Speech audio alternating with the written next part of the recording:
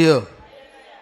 మంచిది, అందరూ సరి కూర్చుందాం. కొన్ని నిమిషాలు శ్రద్ధగా దేవునికి వాక్యాన్ని ధ్యానించుకుందాం. బైబిల్ తెరవండి. పరిశుద్ధ బైబిల్ గ్రంథం నుండి యెషయా గ్రంథము 41వ అధ్యాయం 10వ మాట.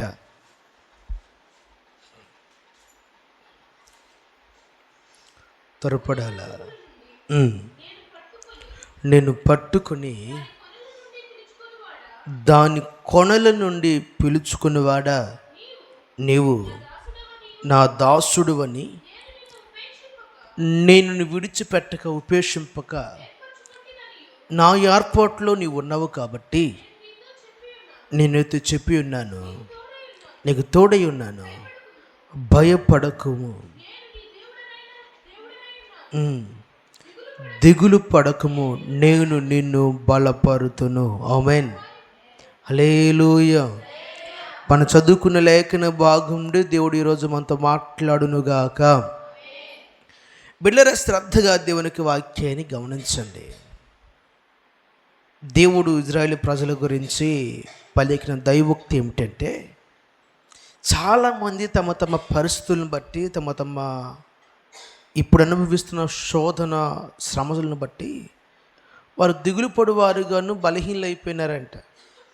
మాకు సహాయం ఎటు నుంచి రాదు, మమ్మల్ని ఎవరు అర్థం చేసుకునేవారు, ఆదుకునేవారు ఎవరు లేరు, కనీసం మాట సాయం కూడా మాకు ఉండదేమో అన్నట్టు ఇజ్రాయేల్ ప్రజలందరూ బహుబలహీనులు అయిపోయినారు. ఒక మాటలో చెప్పాలంటే అక్కడ రాయబడిన మాట, దిగులు పడకు, నేను చేస్తాను, బలపరుస్తాను, మీకు సహాయం చేయవాడునో నేనే. ఆమేన్. వీరు ఎలాంటి పరిస్థితులు అనుభవిస్తున్నారంటే, ఎటు నుండి సహాయం వచ్చే అవకాశం లేదు, దిగులుతో ఉన్నారు, పైపెచ్చు బలహీనులుగా ఉన్నారు. ఆమేన్. వారి శరీరం బలహీనతం అయిపోయింది, వారి శరీరము అంత బలముగా లేదు, వారి జీవితంలో ఆ బలహీనతను వారు వెంబడిస్తూ ఉన్నారు. ద సేమ్ టైం మనశ్శాంతి లేక దిగులు పడుతూ వారి జీవితం ఎందుకు బ్రతుకుతున్నారు వారికి తెలియని అసమానపు స్థితిలో వారు జీవిస్తున్న దినాలవి.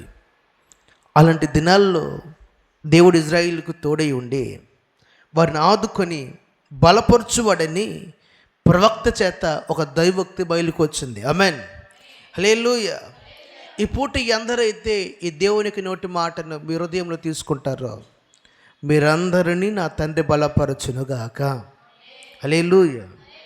నువ్వు ఏ పరిస్థితుల్లో ఉన్నావో నాకు తెలియదు, నువ్వు ఎలాంటి సిచ్యువేషన్ అనుభవిస్తున్నావో, ఎలాంటి పరిస్థితులు కూడా ప్రయాణం చేస్తున్నావో నాకు తెలియదు, కానీ దేవునికి బాగా తెలుసు. అందుకే ప్రభు అంటున్నారు, నేను మిమ్మల్ని బలపరుస్తాను. నువ్వు ఏ ఏ విషయాల్లో బలహీనురాలువో, ఏ విషయాలలో బలహీనుడివో ప్రభుకు బాగా తెలుసు. ప్రభు అంటారు, మిమ్మల్ని నేనేం చేస్తాను, బలహీనులుగా విడిచిపెట్టను, నేను మిమ్మల్ని బలపరిచి మీకు సహాయం చేసేవాడిగా నేను ఉంటానని దేవుడు ఇజ్రాయేల్ ప్రజలందరితో మాట్లాడుతున్నాడు. ఆమేన్. నా ప్రేమన్న దేవుని బిడ్డలారా, ఈ పగటికల సమయం మీద ఒకవేళ మనము బలహీనమైన పరిస్థితులు కూడా ప్రయాణించవలసి వస్తుందేమో, లేకపోతే మనం చాలా బలహీనం అయిపోయినేమో, ఆత్మ సంబంధంగా దిగుల్లో బలహీనతలో నింపబడి ఉన్నామేమో. ఒకసారి మనల్ని పరిశీలించుకుందాం. ప్రభు అంటున్నారు, ఒకవేళ ఖచ్చితంగా ఆయన మాట విని తిరిగి రాగలిగితే మనకు సహాయం చేసేవాడు ఆయనే, ద సేమ్ టైం మనల్ని బలపరచువారు కూడా ఆయనే. ఆమేన్, హల్లెలూయా. ఈ పూట కొన్ని విషయాలు తెలియపరుస్తాను. దేవుడు కొందరిని బలపరుచున్నారండి. ఎలాంటి పరిస్థితులు బలపరిచారో మనలో కూడా అలాంటి పరిస్థితులు కూడా బలపరుచుకుంటూ నడిపించే సామర్థ్యం ఆయనకుంది. ఆమేన్, హల్లెలూయా. చూద్దాం బైబిల్ గ్రంథంలో దయచేసి రాజుల మొదటి గ్రంథం 18వ అధ్యాయం 46వ మాట చదవాలా. యెహోవా హస్తము ఏలియాను బలపరచగా అతడు నడుమును బిగించుకొని అహాబు కంటే ముందుగా పరిగెత్తుకొని పోయి, హల్లెలూయా, హల్లెలూయా. బిడ్డలారా, జాగ్రత్తగా దేవునికి వాక్యాన్ని గమనించండి. ఇదిగో, యెహోవా హస్తం ఎవరిని బలపరిచిందంట? గట్టిగా మాట్లాడండి. ఇప్పుడు దేవుని హస్తం మళ్ళీ ఏం చేస్తే చెప్పండి? మనల్ని బలపరుచినట్లుగా ఉంటుంది. ఎందుకు బలపరుస్తున్నాడు ఏలియని దేవుడు అంటే, దేవుడు తన పని కొరకు పరిగెత్తడానికి బలపరుస్తాడు. ఆమేన్, హల్లెలూయా. దేని కొరకు బలపరుస్తాడు చెప్పండి? దేవుడు తన పని కొరకు తన సేవకులు ఏం చేస్తాడంట, ఆయన బలపరుచుకుంటూ ఉంటాడు. నువ్వు దేవునికి పని నిమిత్తం బలమును అందుకున్నట్లుగా దేవునికి హస్తం కొరకు ఎదురు చూడాలి. ఇప్పుడు ఏలియని దేవుడు బలపరుచున్నాడండి. బలపరిస్తే అక్కడ మాట చదువు ఒకసారి 46 మాట. నడుము బిగించుకొని అహాబు కంటే ముందుగా పరిగెత్తిపోయి యెజ్రెయేలు గుమ్మం వద్దకు వచ్చి ఉన్నాడంట. ఆమేన్. దేవుని హస్తం బలపరిస్తే ఈ ఏలియా వాస్తవానికి శారీరకంగా అంత బలమైన వాడేమి కాదు. అహాబు రాజు అండి. అతగాడు అన్ని విషయంలో ఆరుతేరిన వారు, నైపుణ్యం కలిగిన వాడు. ఒక రాజు కంటే ఇప్పుడు ఒక సేవకుడు ఏం చేస్తున్నాడు చెప్పండి? ముందుగా పరిగెడుతున్నాడు. దేని కొరకు చెప్పమంటారా? దేవుడు తన పని కొరకు, తన పని నిమిత్తము పరిగెత్తే వారిగా ఇప్పుడు మనం మారాలా. దేవుని హస్తం మనకు తోడుగా ఉండగలిగితే నీ కార్యం జరుగుతుంది. ప్రభు బలపరిస్తే మనం పరిగెత్తే వారిగా మారిపోతాం. ఆమేన్, హల్లెలూయా.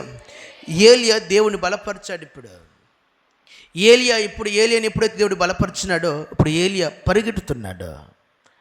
బైబిల్ అంటుంది, నేను మిమ్మల్ని బలపరుస్తానన్నాడు కదా ప్రభువు, మిమ్మల్ని మీ కుటుంబాన్ని బలపరుస్తానన్నాడు కదా. మరి ప్రభు మీకు బలాన్ని ఇస్తే మీరు ఏం చేయాలి? మాట్లాడట్లేదు. దేవుడు బలపరిచాడు, మీరేం చేయాలి? ఎంత బలహీనం అయిపోయినారు. ప్రభువు మిమ్మల్ని బలపరుస్తాను అన్నాడు. బలం పొందుకుని నువ్వేం చేయాలి? మనసు మాట చెప్తున్నారు. ఏలి ఏం చేశాడంట? దేవుని పని నిమిత్తమే పరిగెత్తినాడు. ఆమేన్. ఫస్ట్ మనం అందరం దేవుని పని నిమిత్తం ఏం చేయాలా? పరిగెత్తాలా. మీరు మందిరానికి ఎంత స్పీడ్ పరిగెత్తేస్తారో కదా. మందిరానికి నత్తలాగా రావాలా, వెళ్ళిపోయేటప్పుడు చురుతులాగా పారిపోవాలా. ఎంత లేటుకి వెళ్తే అంత ఆశీర్వాదం కదా మీకు దేవుని మందిరం అంటే. మందిరానికి మనం పరిగెట్టే వారిగా మారాలి. దేవుని పని అంటే పరిగెట్టాలి, ఉత్సాహంగా ముందుకు చేతులు చేపాలి. అది ఇచ్చే విషయమే కావచ్చు, ప్రార్థించే మనసే కావచ్చు, సేవ చేసే పనే కావచ్చు, మందిర పరిచర్య కావచ్చు, ఏదైనా సరే నువ్వు దేవుని యొక్క పని విషయంలో చాలా ఆసక్తి కలిగి ముందుకు రావాలి. దేవుని పని కొరకే పరిగెత్తాలి. ప్రభు ఇంత ఆరోగ్యాలు మీకు అనుగ్రహించినారే, ఇంత బలాన్ని ఇచ్చినాడే. ఈ ఆరోగ్యం లేక ఇలా కూర్చునే కృప లేక ఎంతోమంది ఆసుపత్రుల పాలైపోతున్నారు. ఇలాగ దేవునికి మందిరంలో ఉండే ధన్యత లేక చాలామంది రోగిస్తులు అయిపోయినారు, బలహీనలు అయిపోయినారు, లేకపోతే ప్రమాదాలను వాళ్ళు చవి చూస్తున్నారు. కానీ మనల్ని కాపాడుకుంటూ ఈ రీతిగా మనల్ని బలపరుచుతున్నప్పుడు మనం దేవుని పని కొరకు పరిగెత్తే వారిగా మారాలా. ఆమేన్, హల్లెలూయా, హల్లెలూయా. ఇప్పుడు నీ దేవుని పని కొరకు అన్ని విషయంలో పరిగెత్తాలి. సేవకుడు పరిగెత్తున్నాడు. విశ్వాసులు ఏం చేయాలా? మాట్లాడట్లేదు. విశ్వాసులు ఏం చేయాలా? మా పాస్టర్ అగ్గిలో దూకుతారు కానీ మాకు మాత్రం ఆ తొందర లేదండి. ఆయన కాళ్ళనివ్వండి, ఆయనకి అలా కాలాలా. మనం ఏం చేయాలా? గట్టి పనుడు చూడాలా. సేవకుని ఖచ్చితంగా సంఘం వెంబడించాలా. మనకున్న భారం ఏంటి? చాలా మన భారం వేరే లెవెల్ అండి. అవన్నీ మనకు మనం ప్రశాంతంగా ఏం చేయాలా? ఆదివారం అంటే ప్రార్థన, మిగతా రోజులు ఇప్పుడు పని ఆడితే. నిజంగా దేవుడిచ్చిన భారం కొడితే మనం ముందుకు సాగిపోయే వారికి మారిపోతూ ఉండాలి. మనం ఇంకా ఇక్కడే ఈ పరిధి కాదు, మన పరిధిని దేవుడు వ్యాప్తి చెందుతూ అన్నాడు. నలుదిక్కులకు ఆయన తీసుకువెళ్ళగలుగుతాడు. దేన్ని మీరందరూ మనసు పట్టి ప్రార్థన చేయగలిగితే, దేవునికి పని నిమిత్తం ముందుకు రాగలిగితే ప్రభు మీ కొరకు ఉన్నతమైన కార్యాలు జరిగిస్తాడు. ఆమేన్, హల్లెలూయా. దేవుని పని కొరకు ఒక సేవకుడు పరిగెత్తున్నాడు. ఇప్పుడు బిడ్డలారా, నీకు కలిగిన సామర్థ్యం కొలది దేవుని పని విషయమే పరిగెత్తు ప్రార్థన చేయండి. ఆమేన్. మీరు పరిగెత్తుతూనే ఉండాలి, ఎక్కడ ఆగిపోకూడదు, ఎక్కడ దేవుని నామానికి అవమానపడకూడదు. నువ్వు ఎంత దూరం అయితే పరిగెత్తగలుగుతావో ఆ పరుగు పందులు నువ్వేం చేయాలి? గురు వద్దకు ఏం చేయాలా? పరిగెత్తుతూనే ఉండాలి, గమ్యం చేరాలి. నువ్వు ఆగిపోయే పరుగు పందులు లేవు, గమ్యం చేరినట్లుగా నువ్వు సరి చేసుకో. ఈ పూట బైబిల్ ఉంటుంది, ఆయన నిన్ను బలపరిచినాడు, తన హస్తం నీ మీదకి రాబోతుంది. నీ కుటుంబాన్ని బలపరుస్తాడు, నీ సంఘాన్ని బలపరుస్తాడు, మీ వ్యాపారాలను బలపరుస్తాడు, మీ చేతి పనులు బలపరుస్తాడు. అయితే మీరైతే ఇంత బలం పొందుకున్న తర్వాత కూడా ఇంకా దేవునికి మీకు పట్టనట్టుగా, దేవుని పరిచర్య అంటే పట్టనట్టుగా ఇంకా అలాగనే ఉంటే కుదరదు. దేవుని కొరకు మీరు ఖర్చు అవ్వాలా, దేవుని పని కొరకు మీరు పరిగెత్తాలా. ఆమెన్. ఖచ్చితంగా సంఘం ఇప్పుడు పరిగెత్తే సంఘం మారిపోవాలి. ఆమెన్. హల్లెలూయా. ప్రభు మనల్ని బలపరిచినాడు, దేవుడు మనల్ని బలపరిచారు. మనం దేవుని పని కొరకు పరిగెత్తేవారిగా మారాలి. ఆమెన్. హల్లెలూయా. మరొక మాట మీకు జ్ఞాపకం చేస్తాను. ఎజ్రా గ్రంథం 6వ అధ్యాయం 22వ మాట ఒక్కసారి చదువుతారా? ఎజ్రా గ్రంథము 6వ అధ్యాయము 22వ మాట. ఇజ్రాయేలు దేవునికి మందిర పని నిమిషం వారి చేతులు బలపరచుటకు వారి వైపు త్రిప్పి వారిని సంతోషింపజేసెను. హల్లెలూయా, హల్లెలూయా. బిడ్డలారా, జాగ్రత్తగా దేవునికి వాక్యాన్ని గమనించండి. ఇజ్రాయేలు ప్రజల యొక్క చేతులు ప్రభు ఏం చేసినాడంట? బలపరిచినాడు. ఆమేన్. ఎవరి చేతులను? గట్టిగా చెప్పండి ఒకసారి. సో ఎవరు ఇజ్రాయేలు ప్రజలు? కొంచెం గట్టిగా. ఇట్స్ మీరే. దానికి అర్థం ఏంటంటే మీరే ఎవరి ప్రజలు? ఇజ్రాయేల్ అంటే ఎవరు? మనమే కదా. ఇప్పుడు మన చేతులు ప్రభు ఏం చేస్తాడు? బలపరుస్తాడు. ప్రభు ఒకవేళ మన చేతులు బలపరచగలిగితే దేవుని పని చేయడానికి చేతులు ఏం చేస్తాయి? వాడబడతాయి. చాలామంది దేవునికి పని చేయడానికి చేతులు ముందుకు రావటం లేక కారణం ఏమిటంటే ఈ చేతులను దేవుడు ఏం చేయలేదు. ఇంకను ఇచ్చే చేతిగా, ప్రోత్సహించే చేతిగా, పనిచే చేయగా ఈ చేయి మారట్లేదు. అందుకే పెద్దలు ఒక సామెత అన్నారు, కాకిని ఏం చేస్తారంట? ఏ చేతితో కొడతారు? ఎందుకని? ఎందుకు కొట్టాలి కాకిని? పొరపాటున కుడి చేతితో కొడితే 4 మెతుకులు రాలిపోద్ది, అది తినేస్తుంది భయం మీకు.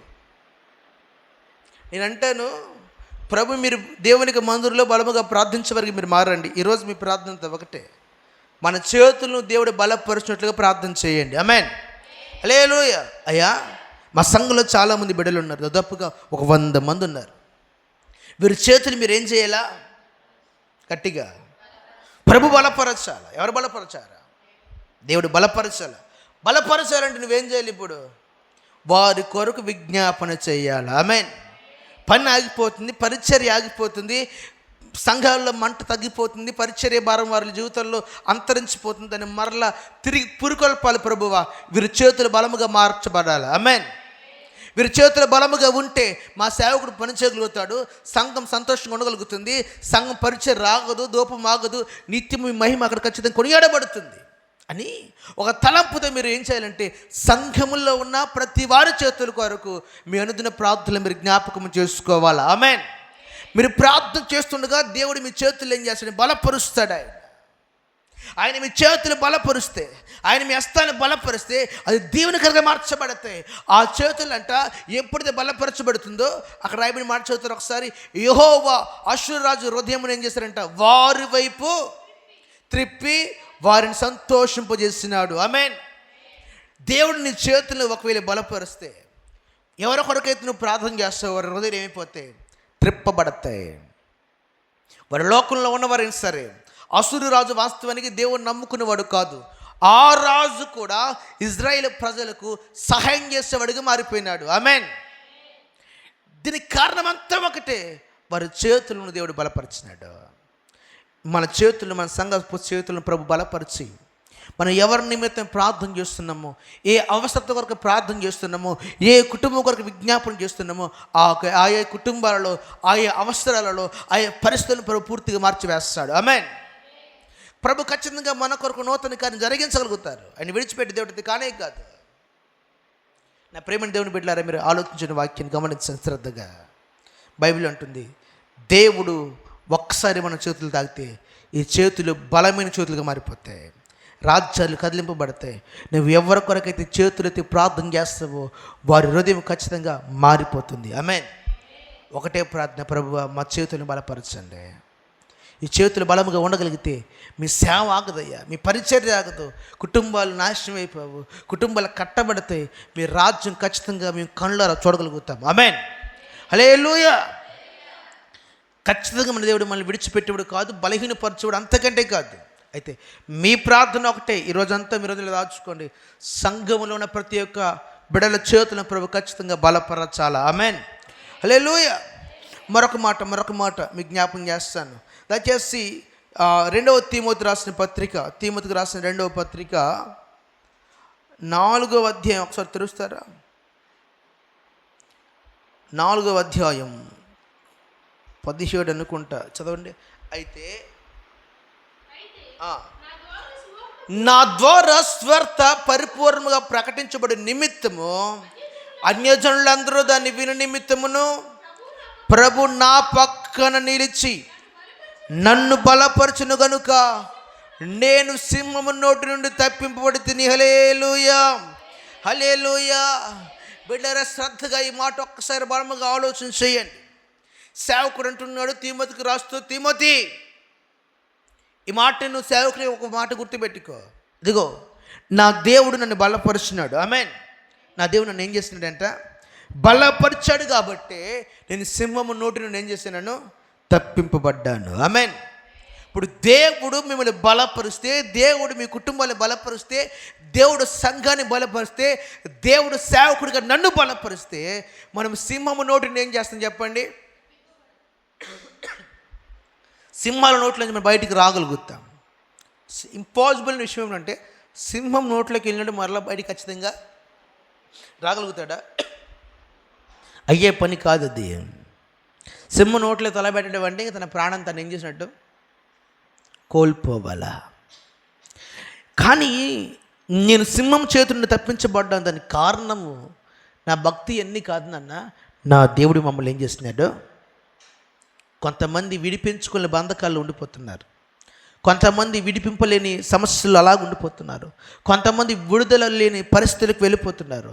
ఆ పరిస్థితుల నుండి, ఆ బంధకుల నుంచి బయటకు వచ్చినట్లుగా నా తండ్రి నిత్యముగా మిమ్ముని మీ కుటుంబాన్ని బలపరచునుగాక.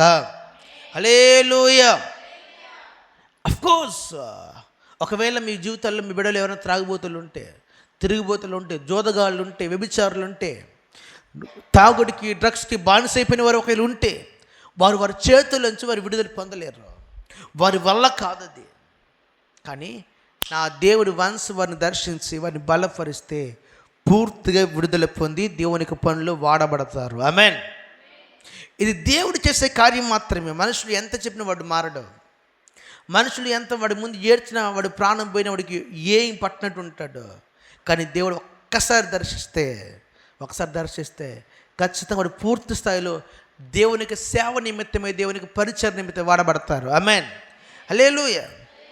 70,000 రూపాయలు చిన్న అమౌంట్ పెద్ద అమౌంట్ చెప్పండి? ఒక రోజుకి 70,000 లాభం వస్తుంది. చిన్న అమౌంట్ పెద్ద అమౌంట్? ఒక రోజుకి 70,000 సంపాదించి చిన్న అమౌంట్ పెద్ద అమౌంట్? గట్టిగా మాట్లాడండి. మన నాతో పరిచయకు వచ్చిన బిడ్డకు 70,000 రూపాయలు ఆఫర్ వచ్చింది. అరే ఈరోజు పని చేస్తే, ఆ రోజు ఆదివారం కడపకి వెళ్ళి మన నాతో పాటు వచ్చినాడు తమ్ముడు లోకేష్, 70,000 రూపాయలు వెళ్ళిపోమన్నా. భలే చూడమనియా, 70,000 పోతే పోనే, రేపోతుంది అన్నాడా. మరి 70,000 రూపాయలు పని అది, నీకు వచ్చే లాభం అది. నాతో వస్తే కనీసం నీకు సరైన ఆహారం కూడా పెట్టలేను, సౌకర్యం ఉండదు. నా దగ్గర వచ్చి అడివి అది ముందే, సరే మంచం కూడా నేను ఏర్పాటు చేయలేను అంటే, లేదనే ఖచ్చితంగా నీ వెనక మేము వచ్చేసాం అన్నాడు. ఆమె 70,000 రూపాయలను అసలు అలా వదిలిపెట్టేశాడు. పిచ్చెక్కిపోయింది నాకు. సరే నేనంటే ఒకప్పుడు వాడి పరిస్థితి ఎలా చెప్పమంటారా? వాడు అంత త్యాగం దేవుని కొరకు ఎందుకు చూశాడంటే, దేవుని యొక్క ప్రేమ ఎరుక మునుపు వాడికి ఆ 70,000 అంటే ఆశ ఉండేది. దేవునికి ప్రేమ తెలియక ముందు వాడు లోకం మీద ఆశ ఉండేది. కానీ వన్స్ దేవునికి ప్రేమను రుచి చూసినాడు, 70,000 వాడికి పెద్ద లెక్కగా అనిపించలేదు. ఆమేన్, పెద్ద లెక్కగా అనిపించలేదు. మళ్ళీ సోమవారం, ఆదివారం ప్రార్థన అయిపోయింది, సోమవారం ఒక 40,000 రూపాయల పని. ఓరి బాబు నీకు వందనాలు రా, నువ్వు వెళ్ళిపోరా బాబు అంటే, లేదని ఇంకో రోజు ఉన్నాను. వద్దు, వెంటనే ట్రైన్, వెంటనే ప్రయాణం. వాడిని ఏదో లేక అర్జెంటుగా చెన్నైకి పంపించేసాం. బిడ్డలారా, మీరు దేవునికి వాక్యాన్ని శ్రద్ధగా గమనించండి. ఒక్కసారి దేవుడు ఒక వ్యక్తిని పట్టుకుంటే ఆ వ్యక్తిని ఖచ్చితంగా పూర్తి స్థాయిలో మార్చి వేస్తాడు. ఆమేన్. డబ్బు కానుక రాదు, ఆరోగ్యం కనక రాదు, ఏది కూడా అర్థం కాదు. దేవుని ప్రేమను అలా ఉండిపోతారు.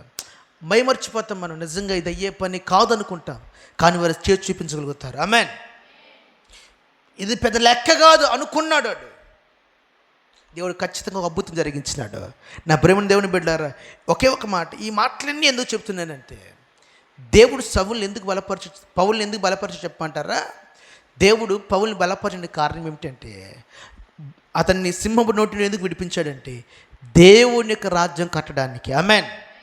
ఇప్పుడు నిన్ను, నీ కుటుంబాన్ని ఇప్పుడు బలపరచబోతున్నాడు. కారణం ఒకటే, దేవుని యొక్క రాజ్యం రాబోతుంది. ఆ రాజ్యంలో ప్రతి స్తంభంలో మీ బిడ్డలు ఉంటారు. ఆమేన్. హల్లెలూయా.